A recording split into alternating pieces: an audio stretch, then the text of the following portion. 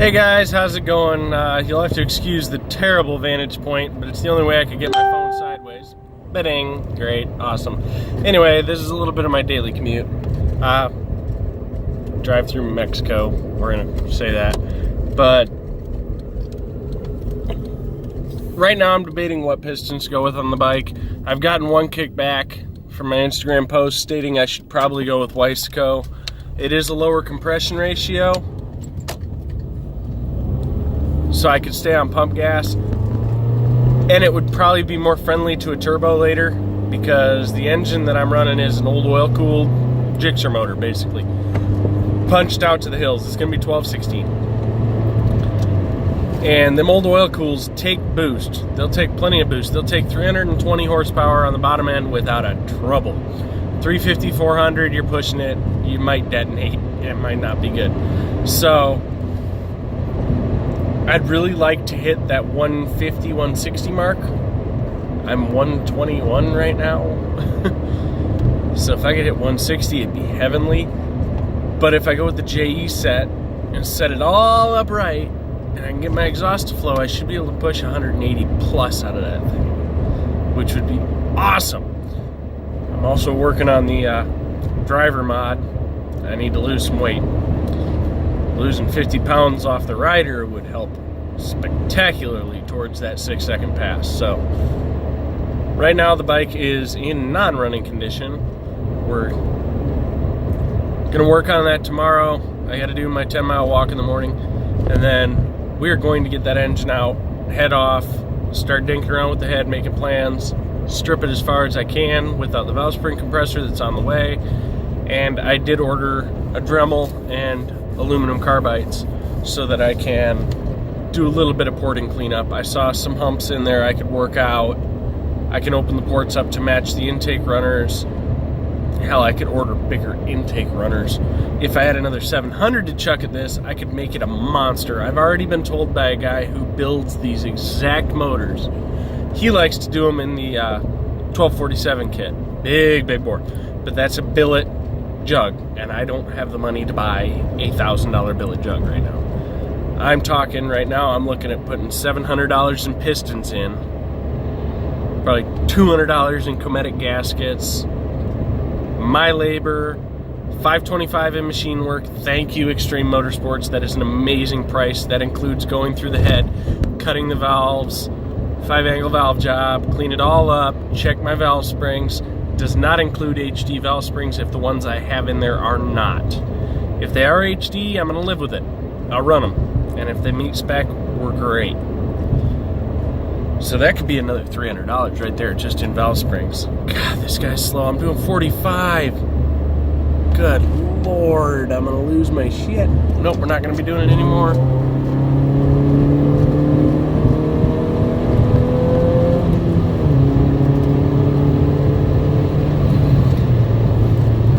So we're at 7, 8, 9, 5 is $1,425 as we sit, plus $100 worth of oil, plus I need a $209 clutch, because if you heard in the first run, that was my first ever run at the drag strip, by the way. That I believe that was a 756 or something at 98 point something. Anyway, that was my first ever run, and that's when I found out the clutch slips. Amazingly horrible in third. So, definitely gonna have to do a clutch. When I pull the engine, I want to pull the clutch apart and see what I'm looking at. If the frictions look good and the steels look good, I'm probably just gonna go with a heavier clutch because it's probably not intended for the horsepower it's putting down as is. It's almost 30, right around 30 horse over stock, which doesn't seem like much, but that's a 33% increase over what it was from stock. So, I believe if my math is right. So we're gonna go ahead and tear that down this weekend. I'm rambling. Welcome to my life. Figured you guys would get a reality video of me because there's no one watching this anyway. I put up videos and 6 days later I ain't got no views. And I only got 10 subscribers. So, hi guys. Thank you for subscribing. Share my videos. Share something. I don't care. No, just kidding. If nothing else, this whole adventure on YouTube is just me documenting my bike for myself. It'll be there forever and a day. So, oh, I hate Facebook notifications. I still got a video of my 77 Chevy I blew up. That wound up getting a really, really nice, clean built 355. It was stock compression, stock everything, just a mild little old 70s RV cam. Ran great. I sold it to a guy, he's still driving it. That Celica wound up getting crushed. I hit 6 deer with that car. And in that video, it was blown the flip up. I mean, it wasn't 3 days I owned that, and I 4-3'd it. It was bad. 4 red line to 3, just sent it to the moon. I bent valves. It ran. It drove. I put another 50,000 miles on it like that, with 1540 Rotella T in it. Stoplight. But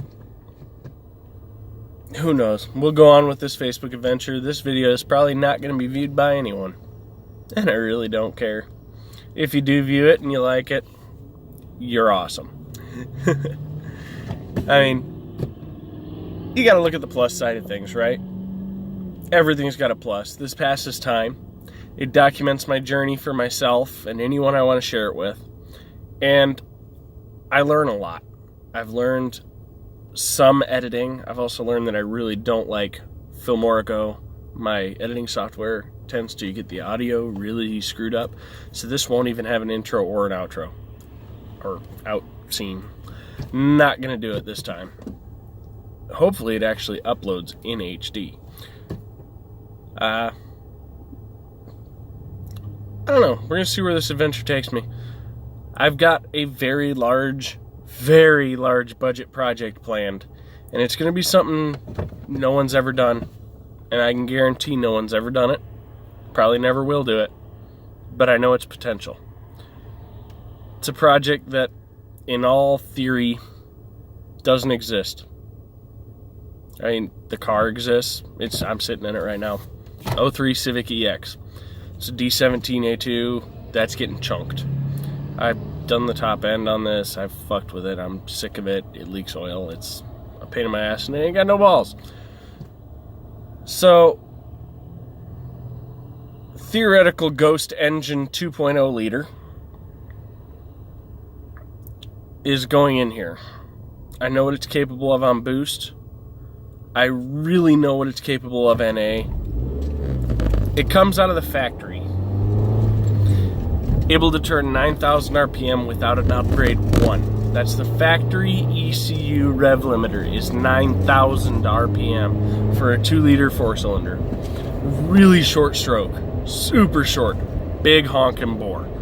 So it's a superbly under square engine. And I got mine lined up. All I got to do is wait. Go to unnamed dealer X when I can legally buy it and order it. It'll be delivered to my house, and then at that point I've already been in contact with and plan to push that project to PFI speed. Been emailing back and forth to Jamie talking about options.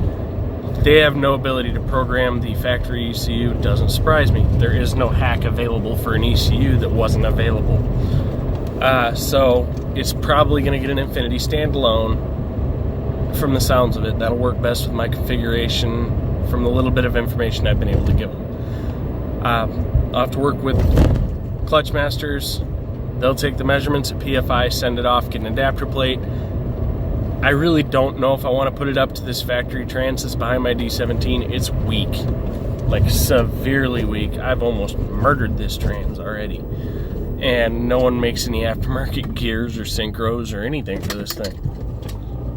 So, if anyone's still listening to my ramble, go ahead and throw a comment in the comment section of what's a good trans that'll fit in this car. The biggest thing is I don't want to muck up the linkage. I don't want to freaking have to fight with the clutch or anything. I want to be able to use... I'd prefer it to be bolt-in or close to. Hell, I'd do linkage, I'd do clutch, as long as I ain't got to do half shafts. Because I ain't going to break them on my factory setup. If I optimize, which the Infiniti will allow me to, because factory is set for emissions. If I optimize, I can get 305 horsepower out of this engine NA. I've seen it on a dyno, 305 horsepower, naturally aspirated. So that's 264 freaking emissions tuned. So this is what I'm going for. It's going to be a fun mutant project. Any suggestions would be amazing. It's going to lose all the accessories. The car's not going to be able to have AC. Physically impossible. They never made an AC kit yet. It's going to lose power steering. Once again, unless I want to fab some sort of crazy ass bracket, which I'll tell you this, there is no way to bolt one on this engine right now. I'm fucked. And I highly doubt they're going to design a new engine block for all these accessories when the vehicles it's designed for don't have AC or power steering. I mean, it's a off-road use engine. It's not really designed for the road. It's basically a race engine on steroids. But it'll be fun. I may have a line on a solid billet one. That would be amazing. Start out factory tuned on a billet block.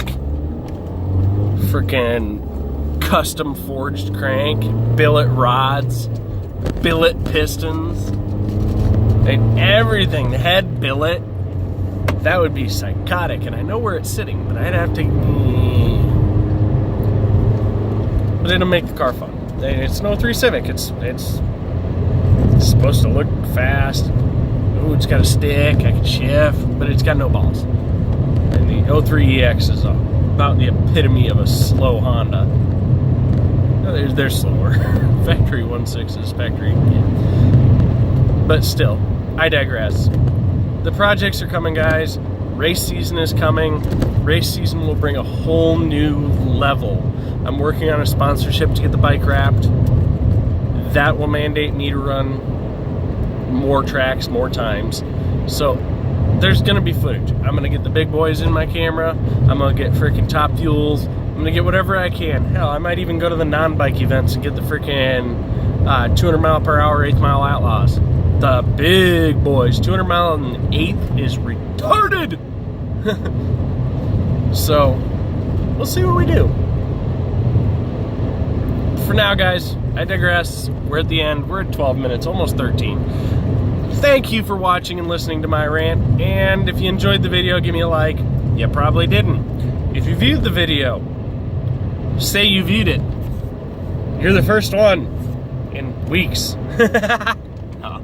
Anyway, guys, have a beautiful weekend. And as always, enjoy yourself.